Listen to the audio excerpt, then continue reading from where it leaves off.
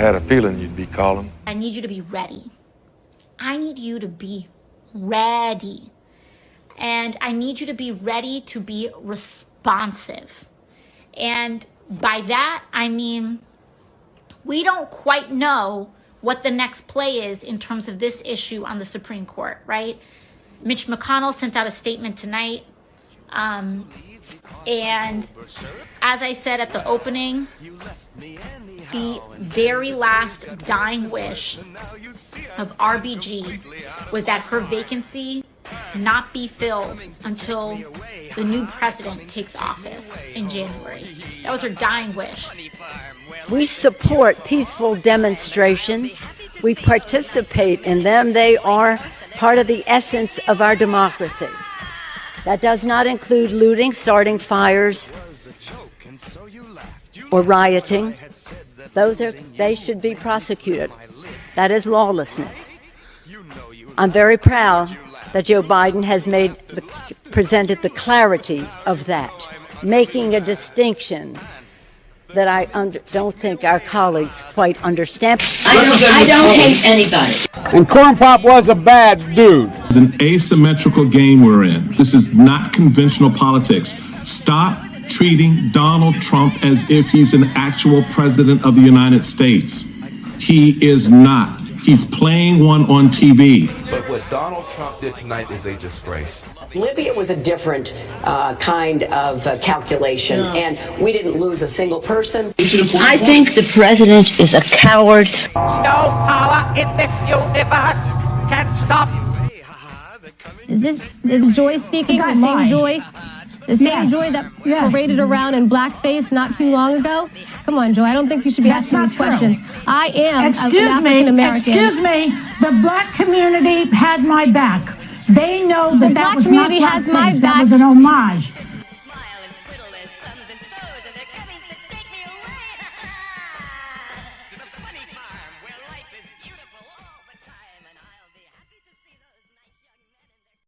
There you have it, brother. That's the new opening. They're coming to take you away. Corn Pop's a bad dude, man. Corn Pop is a bad dude. Not too shabby. There's definitely some new sounds that we have in there. Namaste or namaste, depending on how you say it, brother. How you doing? I'm doing okay. That was excellent. That was excellent. That's the new opening. I missed the bullet, but that's okay. You missed the what? The bullet. Oh, the bullet. That might come back. That was one of those things that we were trying to get solid. Oops, and trying to get it to work. It's the first run through with that one, and honestly, it was just ready about 5 minutes ago, about 2 minutes before we went live.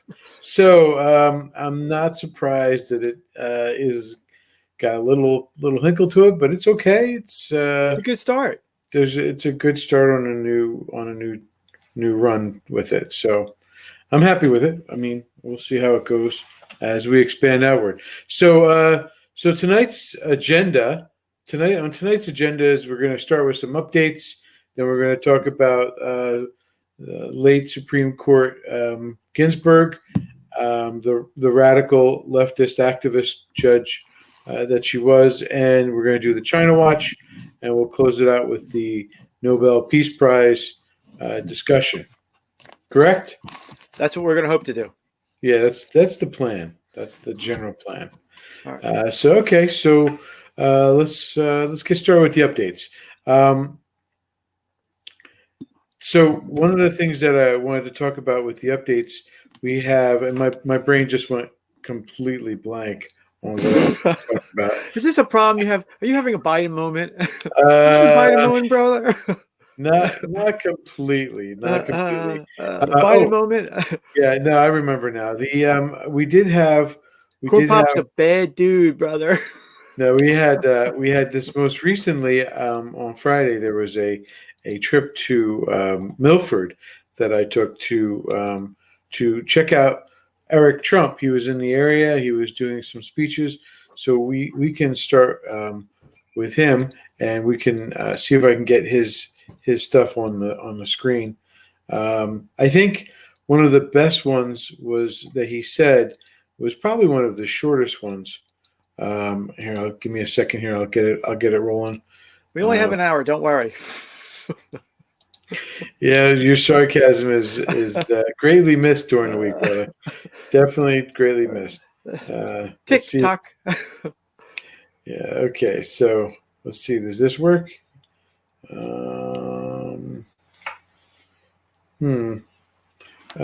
Let's try. Eeny meeny.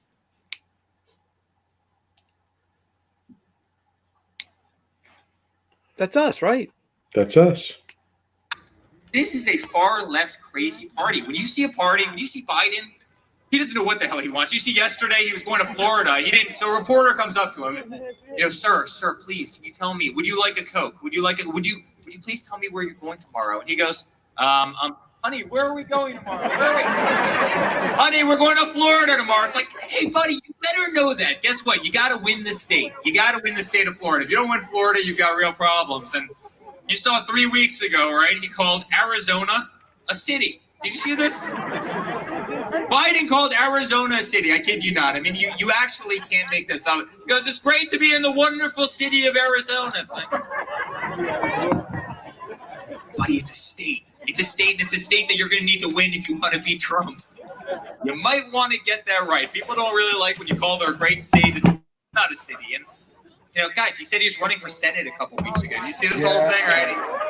I'm proud to announce that I'm running for United States Senate. Dude, you're running for Commander-in-Chief. Listen, I've been in like 11 states in the last 72 hours. I mean, literally. I want to show another one, so I'll cut that one short. It's great. He talks. That's the kind of like the candy, the stuff that gets the crowd starting to get interested. But he has this really great one where he let's see, this one I think it is, where he talks about family. Everywhere I went in Pennsylvania, by the way, I'd always see 500-yard signs. I'd see 500 Trump signs, and then I'd see one that either said lock her up or Hillary for prison, right? I mean, it made my day. I loved it.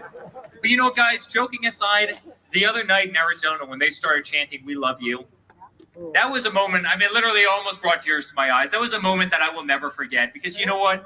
We can all go out there, we can have fun, and we can be rowdy.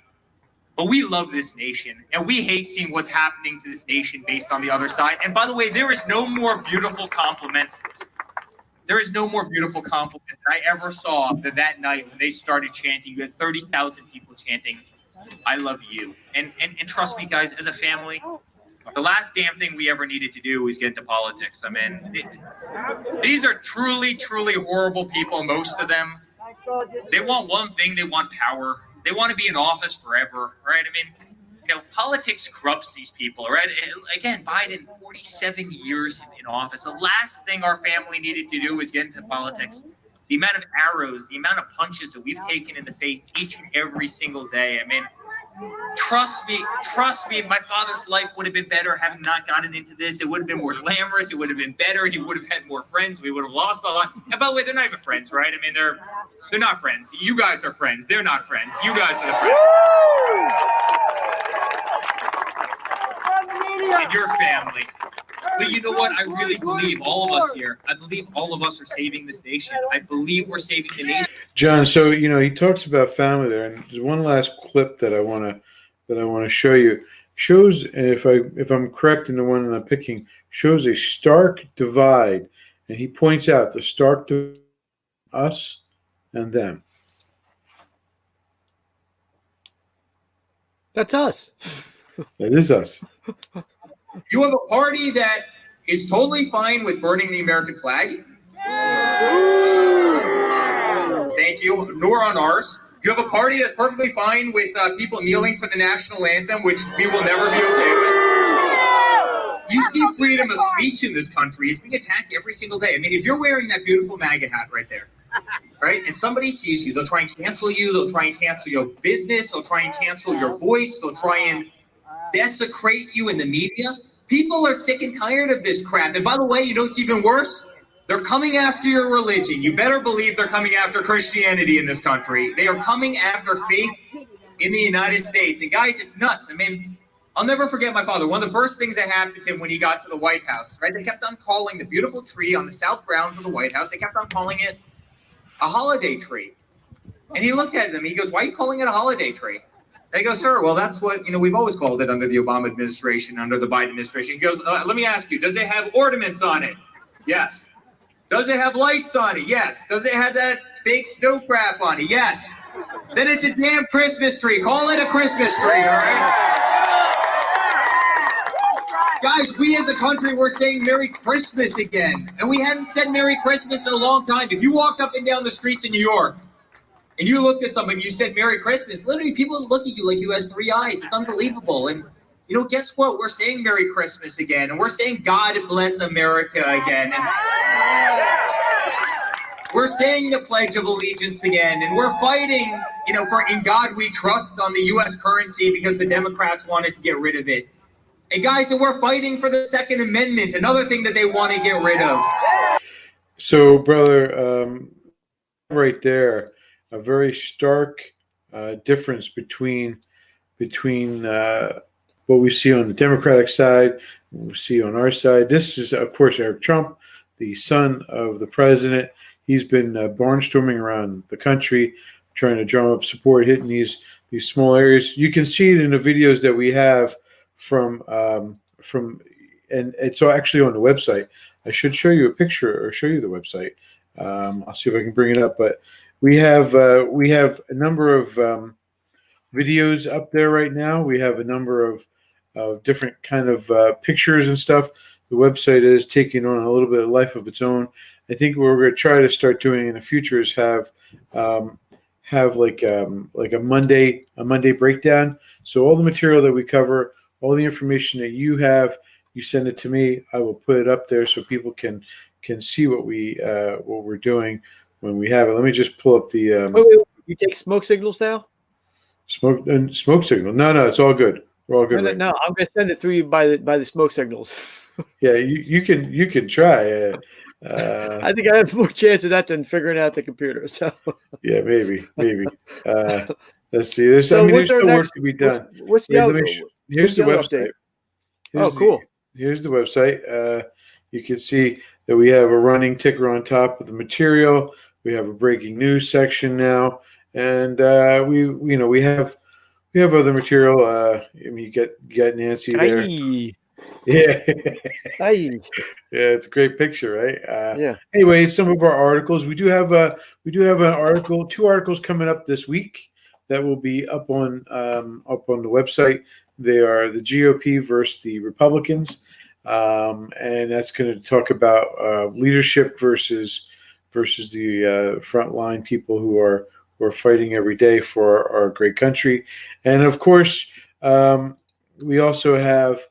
I have another one that's going to be detailing Ginsburg and the way that people have been talking about Ginsburg, and they've been, having all her accolades. But I wanted to point out that, she's not the just because she was friends with Justice Scalia, just because he was. I've got Democratic friends that doesn't make them saints. That just because they're friends with me, just because they deem themselves able to go down and slum with Scalia, because they all look at Scalia like a scumbag. And I don't want to take any fire away from you. Whoa! Are we skipping to that? Or no, we're not. Hold it. I'll finish my updates, but okay. Finish the update. Go back to the update. We'll go back to. So going back to the updates, I would like to share Kim Klacik, her view on. Let's see. On the View. On the View, yes. Let's see if this is the right one. Oh, that's not it. That wasn't it. It was the other one. That looked like it. It's one of them. There's two different segments. So one segment is the one we want it, and one segment isn't the one we want. Let's see if I can do the right one now. Yeah, here we go. So this is there's like 10, 12 minutes of this, but I think this is the final minute is the best. Oh, you can't hear it, can you? Because I didn't click the audio. Yeah, that's my fault. Sorry about that. My quick click. Nope, that's not it. This is it. Okay. To you. He told Bob Woodward that it was a very serious issue and it's airborne and that it was terrible. And then he went out and told the American people, don't wear masks. It's all going to go away. You have to put some blame on your president. I'm sorry. You're putting it on something extraneous here. Talk to the point, please. Is this Joy speaking? The same Joy? The same Joy that paraded around in blackface not too long ago? Come on, Joy. I don't think you should be asking these questions. I am an African American. John, I'm stopping only because I want you to hear how she sits there and she says she gets all the black people on her side. They thought it was homage, but she's sitting there trying to not only make an excuse for her stuff, but it's just terrible to hear her squirm because she's such a leftist. And we'll talk about this in a minute. Excuse me, the black community had my back. They know that that was not blackface. That was an homage. Oh, please, just answer the question. The black community has your back? The black community has your back? They do. Sonny, the black community did not vote for you. Well, the black community. Did you hear Joy saying, yes, they do? Meaning, the one whose name I don't know is the lady who's now trying to grill her. She's like, oh, Joyce saying they have your back, and Joyce saying, yes, they got my back. It's just such a comedy that Joy is so looking for her support and looking for her them blessing her going around in blackface. So, brother, what I'm going to do is I'm going to let this play out, but I'm going to let you take over after this. You can go right into your part, okay? Because I got to take a walk for a minute. They did not vote for you. What it was planet during are a you special living election. on? Sonny, can I speak? What planet are you living on? It was during a special election while we were still under lockdown and I could not talk to people. Can I speak or are you just going to scream over this me? becomes a big... Listen, Kim, good luck to you. Thanks to Kim Clay. That was very immature, but thank you for having me. I guess what the point that he's trying to make is that this is what we have to do. If they're not, we have somebody who lacks moral, who can discriminate against people based on the color of their race, and then put on blackface and get away with it. Well, it should be brought up every single time, just like the governor of Virginia, good old Northam, who pretends to be what he isn't, which is a human being, because he's a baby killing maniac, a racist whose defense about appearing in blackface was that he was the guy in the Klan standing next to the guy in the blackface, or good old like Justin Trudeau. And at the core of the left is a certain racism that's always been there and that comes out, just like the anti-Semitism that comes out also. And yet all they do is go around screaming, Republicans are racist. The Republicans are anti-Semitic, because to do that, it covers up their racism and their anti-Semitism. Well, I think also, brother, and I was able to get back, but I think also one of the important things to note is they couldn't even handle this black conservative woman standing up for what she believed in, calling them back on it. But then when she does it, what do? The one woman whose name I can't remember. Who really cares? But she's spinning in her seat like a 3-year-old. John, she looks like a 3-year-old. It's ridiculous. You got to stop watching The View. Yeah, I didn't know about it. Somebody told me about it. But then of course, instead of having a debate, having a discussion about it, they should never take adults. What do? They cut her off, just like we see when we see all these whiners, these shamers, people on cancel Facebook, the cancel culture. It's nothing more than that. They can't handle going toe to toe with people who are going to push back against. So shove it back in her face. That's what we should do. Every single one. And then he guarantees the end argument, because they can't handle it. They walk away crying, calling names, and it's everything that we've experienced when we've stood up for stuff. So I'm not surprised that this is more of the cancel culture bullcrap. They're cowards. That's when it comes down to. They're cowards unless they got a big crowd, a mob behind them, and then they can act like all the thugs that they want to. Until the Call of Duty champion from Kenosha shows up. All right. All right. Are we ready for the next one? Or are you done with We the are. What's Ginsburg? Right now, we can go to Ginsburg. Ginsburg. We do Ginsburg. Now I know you got a hate on for the Mother Teresa of the Supreme Court, but It's called reality, John. It's called reality.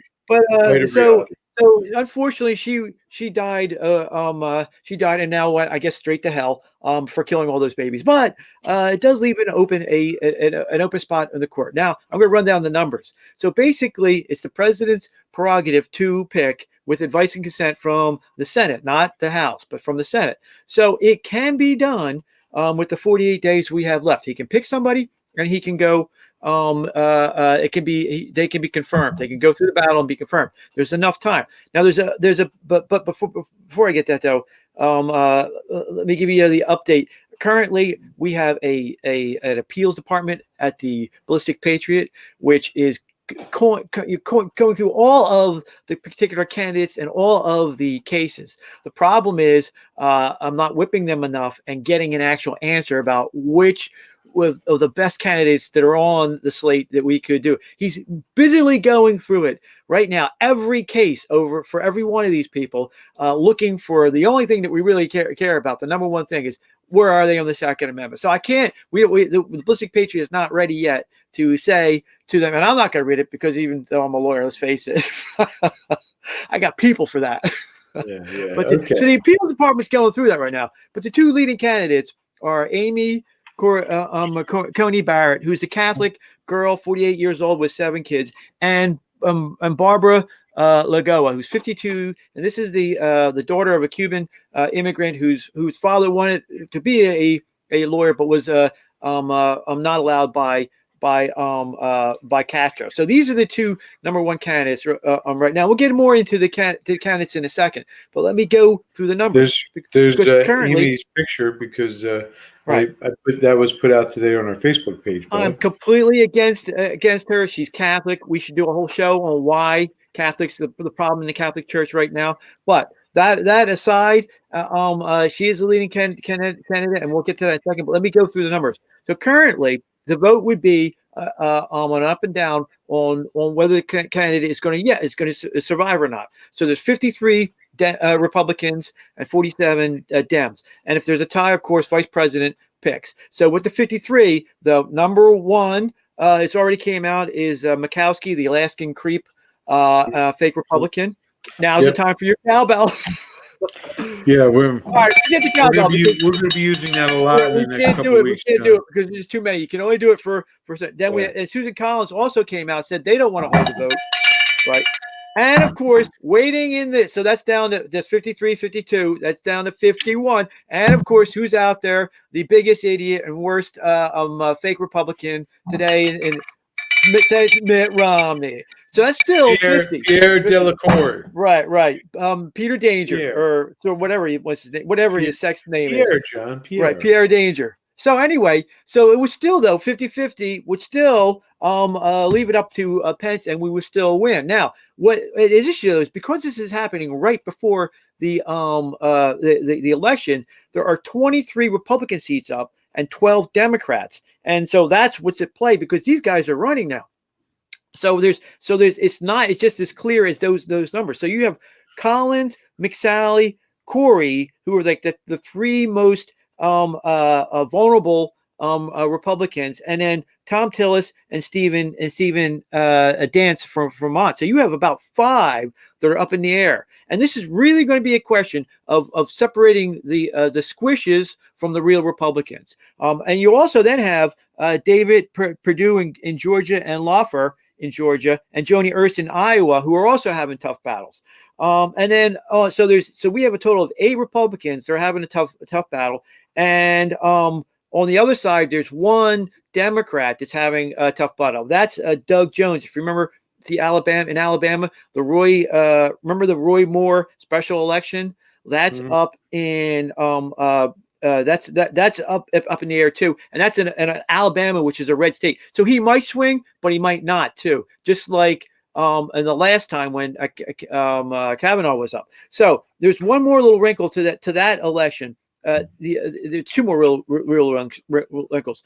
McSally in Arizona is going up against Clark. Remember this idiot Clark, the husband of Gabbard? Remember that moron? He testifies, and then he goes and commits a felony, which would have anybody else locked up by buying a gun.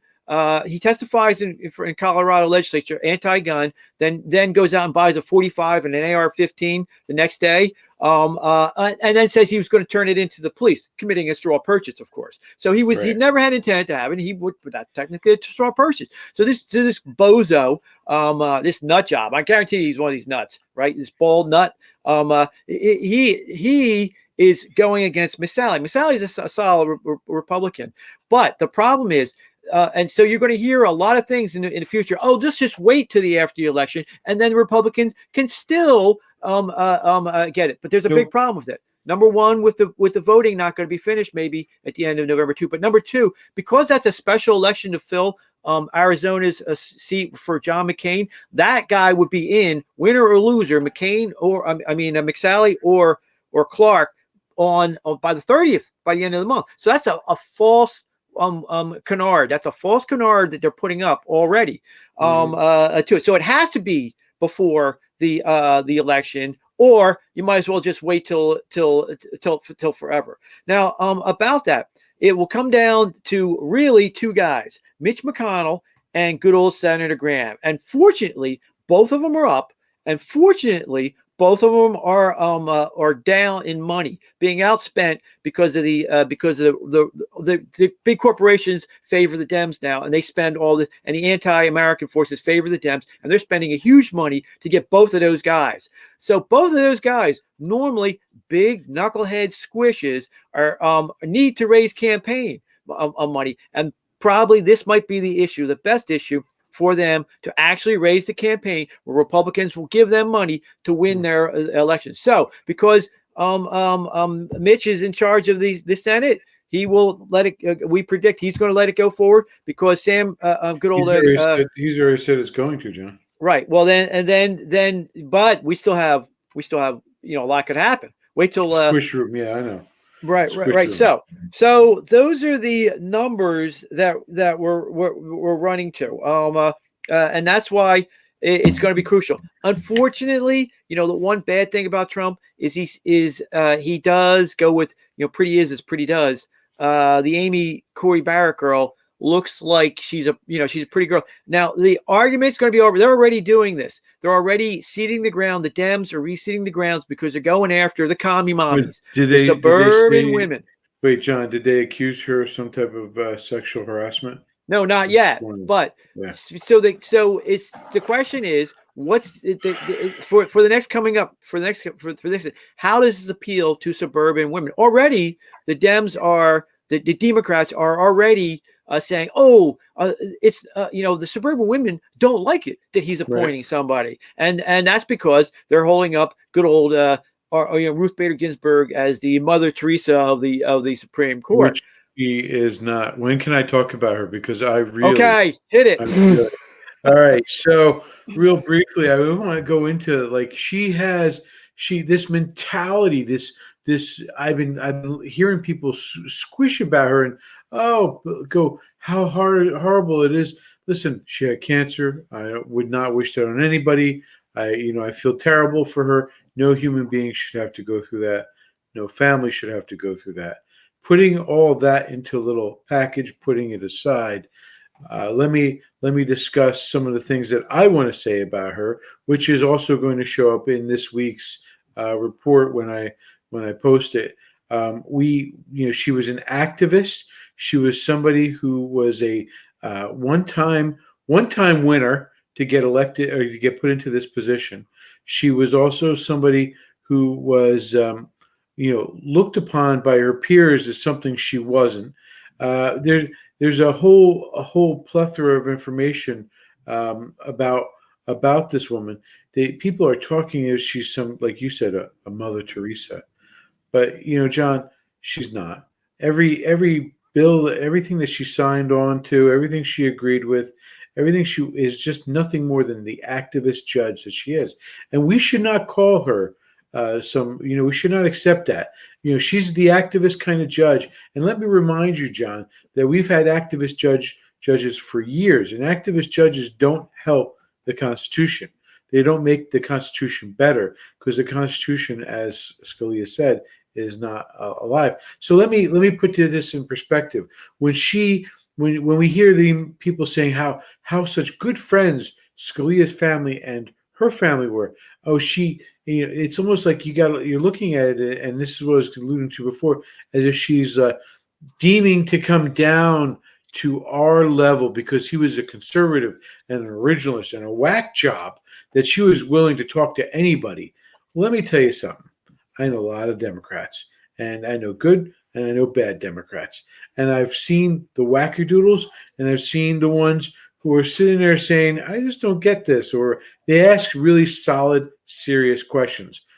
Ruth Bader Ginsburg wasn't that person. She wasn't the kind of person who was looking to make friends. She was looking to push her activist agenda. We know this, John. All we have to do is look at her record. Her record didn't go towards Scalia. Her record ran away from Scalia. Her record, not that he was perfect, but my point is, she's not interested in working with him. And, maybe it's horrible to speak ill of the dead, but just because you're friends with somebody doesn't mean that they're some kind of angel or Mother Teresa. She wasn't. She was a person who stood in the way of conservative constitutional principles, regardless of what and I know I'll get the elitist and the scumbags like that who are going to sit there and tell me I'm wrong and try to beat me down and give me all these bullcrap facts, which aren't really bullcrap facts. How dare they? No, it's not. Well, they're not bullcrap facts. Their interpretation. Dopes is for dopes. It's their interpretation. Back that, jerk. But that's what it is, John. That's what That's the same basic for. One of the things that their bullcrap facts run into is reality, A, and second, the real facts, and third, common sense. Because we know that killing a baby that's in the womb, that's not born yet, we know that that's murder. And they don't want to say it's murder. It's like it's just a piece of protoplasm. Really? Because when all the videos I've seen of that baby when they're yanking the limbs off, let me tell you, that baby knows pain. That's not something that's a piece of protoplasm. That is a human being inside there. So I'm sorry. They want to make her some greatness. I won't. I'm sorry she had cancer. I'm sorry she went through it. I'm sorry her family went through that. But I'm also, it's her fault. This situation right now is her fault. She was asked back in during Obama's term, saying, hey, you've already had cancer a few times. Maybe you should think about getting out instead of getting us possibly with the president that's not going to be friendly towards our point of view. She had the option to get out, John. She chose not to. And so this constitutional crisis that we're facing, and by the way, one thing you didn't mention is this election could very well easily be decided in the Supreme Court. And if it's a 4-4 split, John, can you imagine the constitutional crisis from that? And so I put that directly on her. I put it directly on her because she chose not to get out when she could, when she had a chance, like Sandra Day O'Connor did, by the way. She didn't die in office. And what is this? We have the leftists, they got to die in office?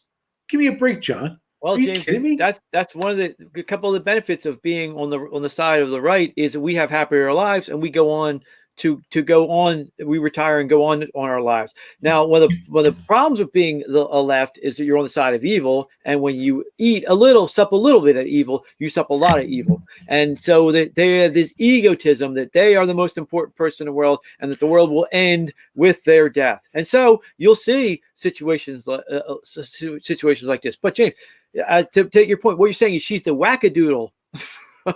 Justice, is that what it is?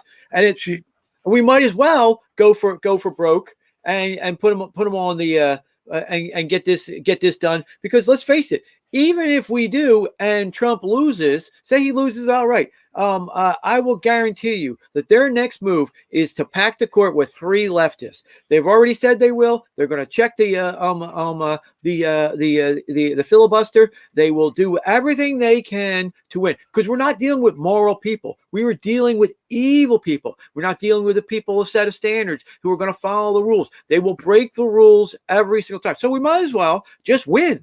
So let Trump just win. And the way to do that is to force the squishes to get to follow the party line, and say, listen, you want support, good old Collins, then you better follow the party line. You want to just like the Dems do, and force it. Now, what the next question we have to ask is who? Before you do that, I just want to put out there, Gary Jorgensen put up RGB when Merrick Garland pushed through in 2016, but we had a GOP Senate and a Democratic president. This time the GOP has both. If it's different, push it through a Democrats are messing up with the mail-in ballots, and we need a 9-judge SCOTUS to break any tie. And too bad the Republicans have the Senate and the White House. So he's on board with that. Hey, he's in agreement with you. As a famous dumb guy used to say, elections have consequences. Yeah. Yeah. And by the way, elections have consequences. Did you see McConnell, had told them back in 2013 when they did that, majority rule is enough, when they did it in 2013, he said, you guys are going to regret this. When they got rid of the filibuster. Yeah. You're going to regret this. You're going to regret this big time. Now they're regretting it, right? Big time. Big time. So we'll go on with we'll end with that, or are you ready to go on to the next one? Well, we are at 36 minutes, so if you're gonna get the China watching, you got to get in quick. Or do you want me to get in the Trump for Nobel Peace Prize? Well, I can talk Trump real quick. I can talk about China real quick. All right, China watch. China watch. So real briefly, I'll make this point. There's like 3 major issues, at least 3 major issues that I want to cover. First is the group of 4 countries that are coming together, and they're getting tighter. And there's countries that are part of this, and there's countries that are part of it but aren't. To be clear, like the 4 major countries that are involved right now are Japan, of course, the United States, Australia, and India, which, by the way, are the 4 main people you really want to be a part of this, because you have not only do you have the financial and the military backing, but you also have these are the pro good guys. These are the good guys in the list in that area. Not part of this group, but really part of this group are Taiwan, and also South Korea.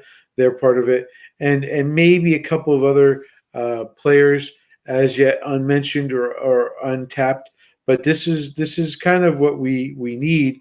These are all close adversaries, and they're also countries that can apply pressure, economic, military, but also political pressure on China, which is one of the things that is in this kind of arrangement, like we had with the Soviet Union, when you had this containment policy, like we had talked about earlier. The containment policy only works is if A, you're containing them, B, you're also applying pressure. You have to apply pressure, because if you don't apply pressure, then there, military, political, and economic pressure, but also you're applying that pressure to get, to force them to compete, to force them to meet. Remember, we never went into a shooting war with the Soviet Union. It was close a few times, but what came out of that was the Soviet Union collapsed because they couldn't compete. And that's what's going to happen with China if we can contain them. And right now, so I made that point. How are we doing it? Right now, China's being abandoned by a lot of countries. They still got their old holdovers, like the Biden family, like like a few of the other countries. They still got them. The China class. There's a whole bunch of them. The China clan. You could call them the China clan, John. But because of the China virus, the Chi-Coms are now being shown. They're on full display. This is why Japan has moved closer to doing this, because Japan one of the major changes, and this is where you got to dig into the files to learn about the way these countries operate. Japan has had a very large defense force. We know that Japan has a very large defense force.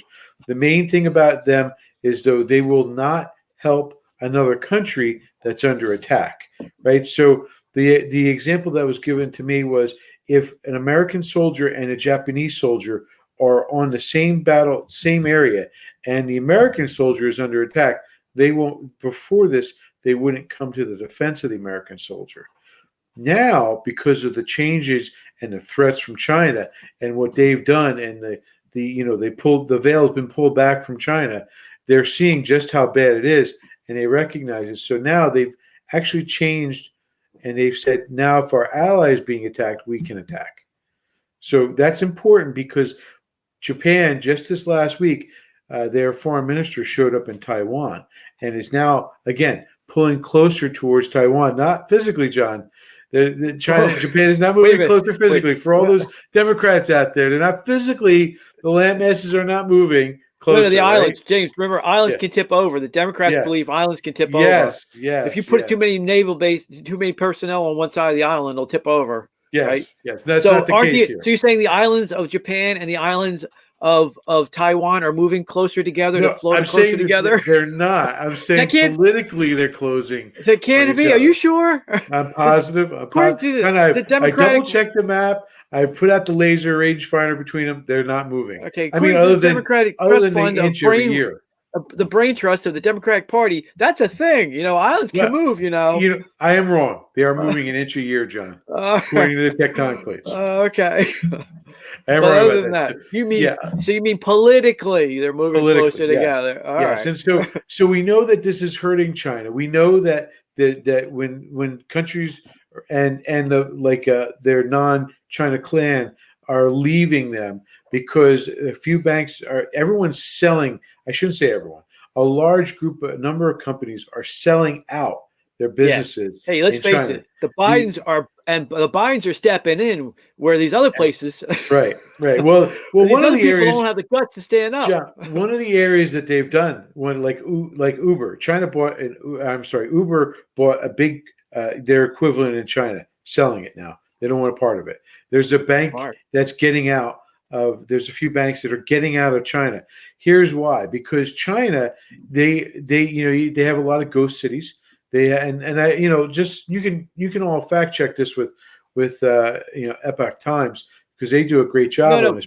With Snopes for dopes. With Snopes for dopes. Yeah, but the idea is, you look at they have all these ghost cities that they're building that no one needs. They have airports that they're now putting out around the entire country that, again, they're building that they don't need. This is the same kind of thing that we saw in the Soviet Union in the 60s. But if you look back on the historical files for that, they were building stuff that they didn't need, that they weren't going to use, because when they spend inside they get people jobs, they're keeping people busy. But also, in the case of China, moving to today, it's putting money into the infrastructure, that old Obama style of shovel-ready jobs. Growth.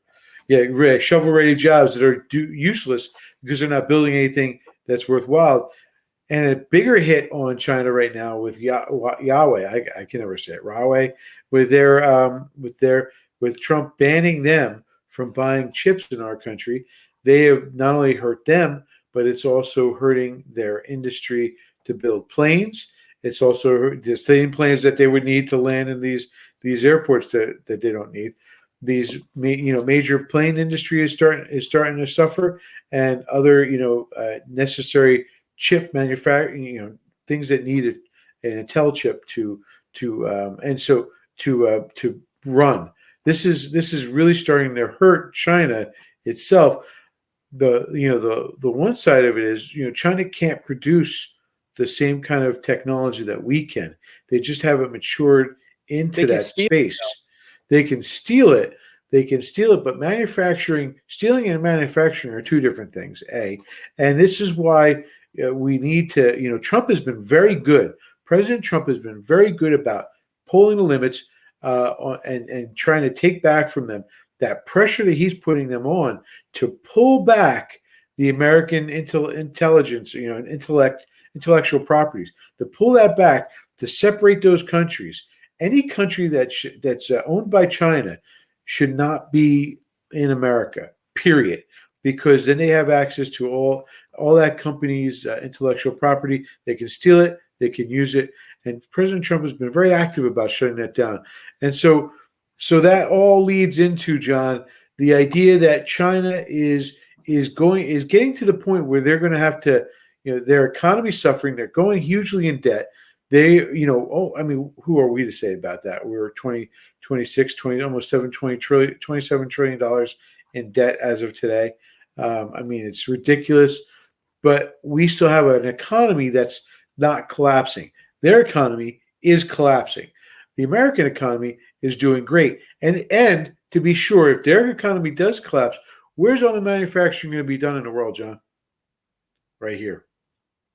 So that's my China watch for now. I would advise that China still does have a large military, but it's I would say it's a local military, only around their shores and not much further than that. James, they got more. They got 350 ships now. So, but 350 ships, John, are not. It's still not the equivalent to what pressure we can bear. I don't know, James. Them. Right. But so that's the China watch, right? That's the China watch. We're at 46 minutes, so we saved a couple minutes. All right, so we're on to the Ballistic Patriots endorsement for Donald Trump for Nobel Peace Prize. Right. And John, would you mind if I led this off with the article I mentioned to you before from the Jerusalem Times? The Jerusalem Times came out and made a very important point about it's not showing up, but so I'll just tell you about it. Made a very important point about President Trump not getting full credit. President Trump should not get full credit for what's going on with these Arab countries aligning themselves with Israel. It's because that President Obama should get some of the credit. And here's why. Because when President Obama was kissing the rear end of Iran and making Iran those sweet deals, giving them millions of dollars, it scared the hell out of those countries in the Gulf and in that region, the Arab countries in the region. They said, holy cow, we really got to start, if they elect a Democrat, these guys aren't going to protect us. They're going to try and be friends with Iran. So they allied themselves with the only power in the region who would definitively be against Iran, no matter the cost, no matter the situation. They're aligning themselves with, of course, Israel. So you can thank the bumbling, the foolhardy, the ridiculous Iranian deal that Obama tried to push through, and his foreign policy. Yeah, his foreign policy. You can give that much credit to him. The backhanded credit of that for his failed Iranian bullcrap that he was trying to pull on America and the Arab world. So that's why I would say Barack Obama should get not an honorable mention, a dishonorable mention.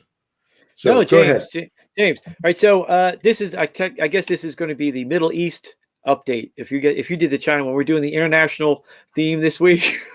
All right, so for the Middle East, why not? So for the Middle East, and what's happening? We're referring to is on Tuesday, the Israelis and Bahrain and the UAE, two little kingdoms right across the Persian Gulf from Iran, right next to Saudi Arabia, signed a historic peace agreement with Israel. Now, let me explain. In 632, the Prophet Muhammad dies. All right. Right. Let me sum up, okay, because that would take too long. Yeah. Because he died without any marriage. Because he died with no male heir. No male heir. The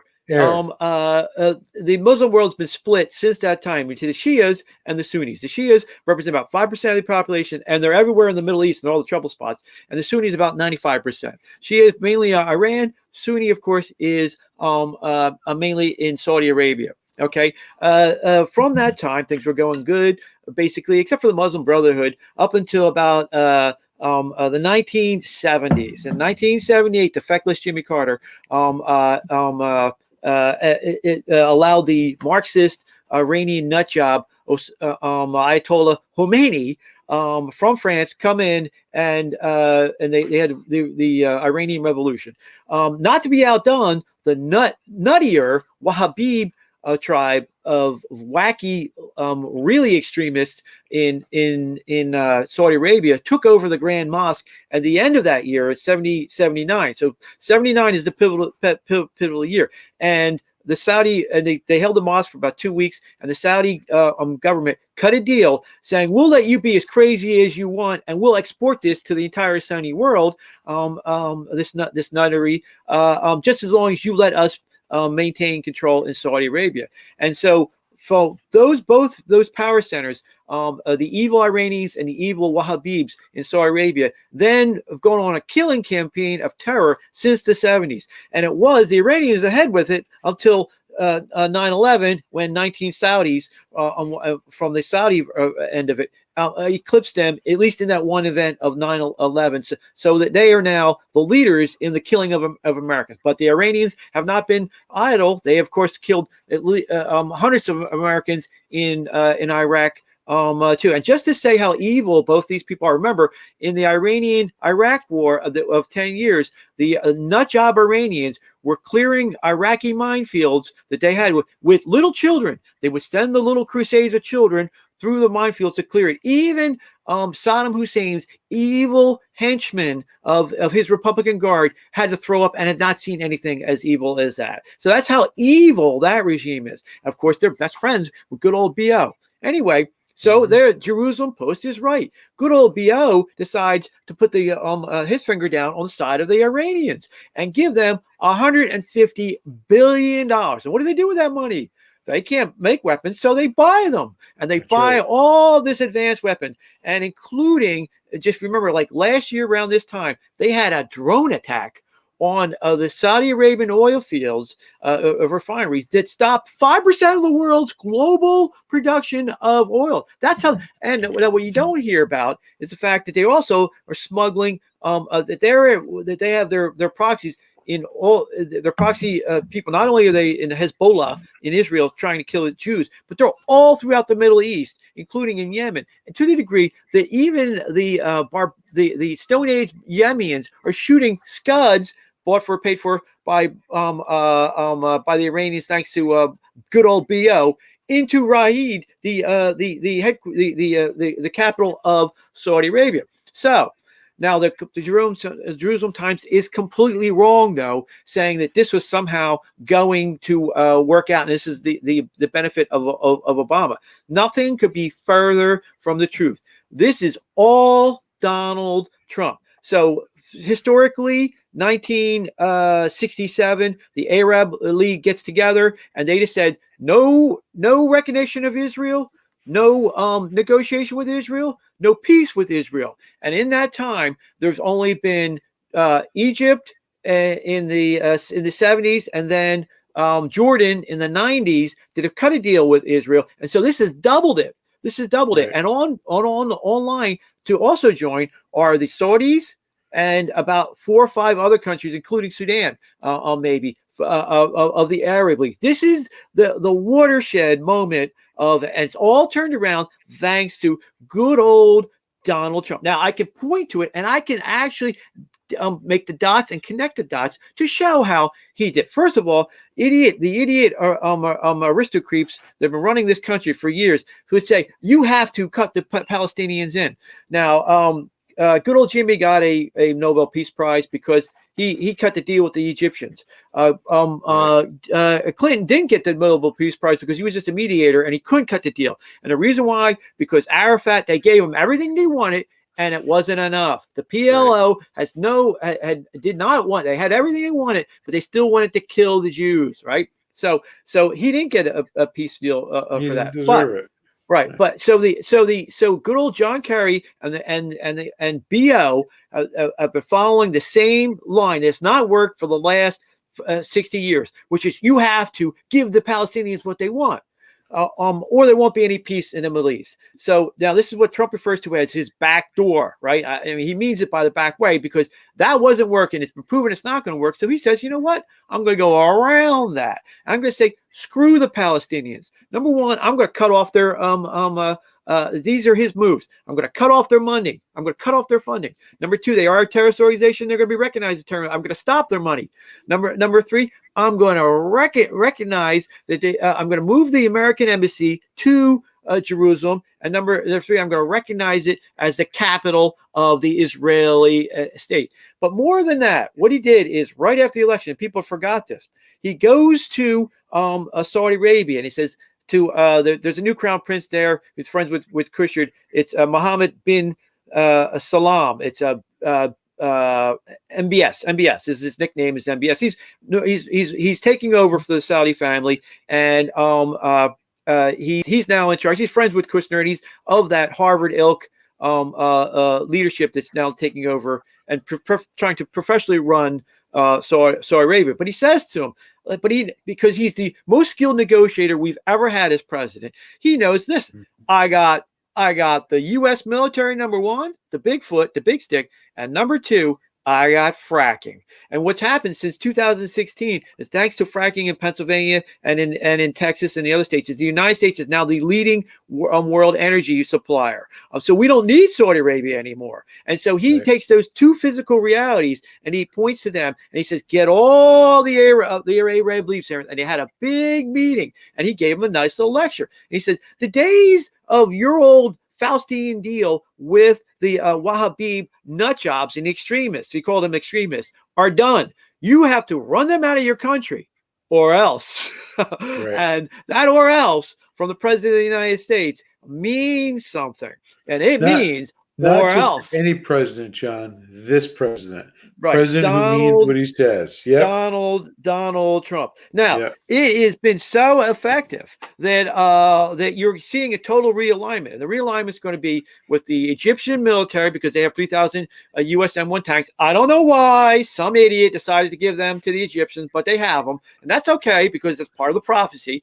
Right. And they have the manpower with the Saudi Arabian oil and they have the mosque. They have the official title of being in charge, right? And Israel, you have a new triumphant of power that's being able to check Iran for the first time in years. And so you can't minimize this. This deal is peace breaking out in the intransable, never to be able to fix. And not all the great wise people of the Washington class have been able to figure this out.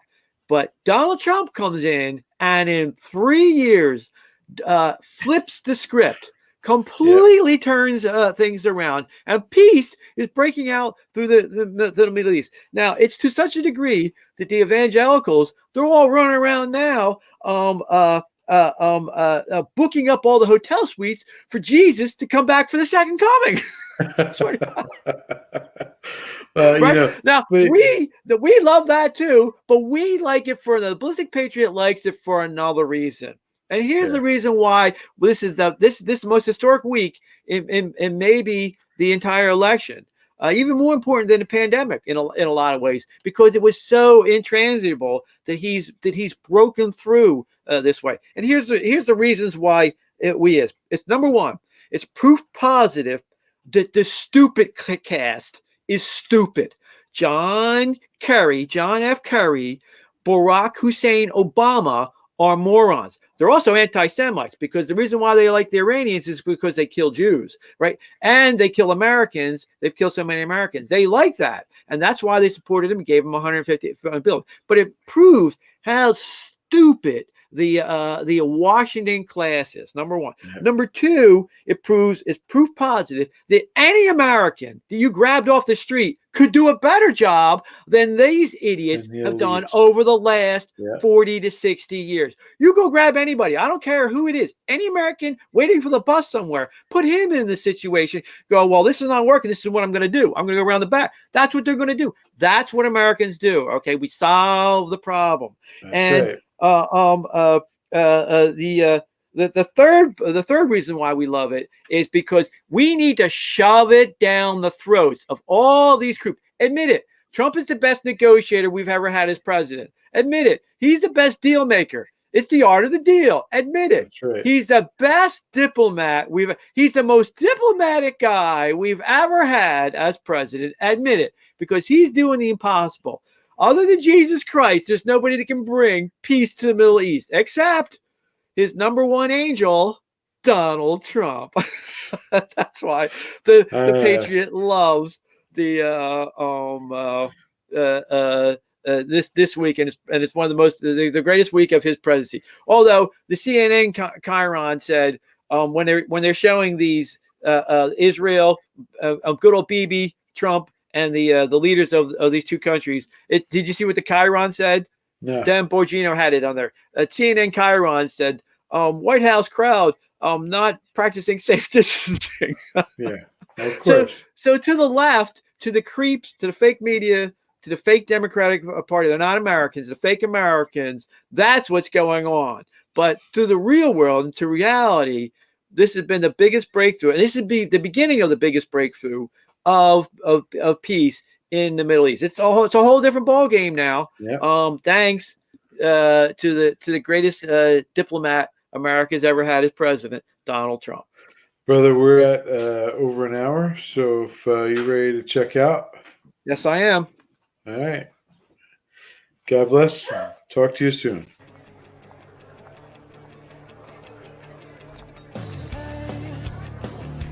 We want to remind the audience to please not talk out loud. Please do not applaud. You're just wasting time.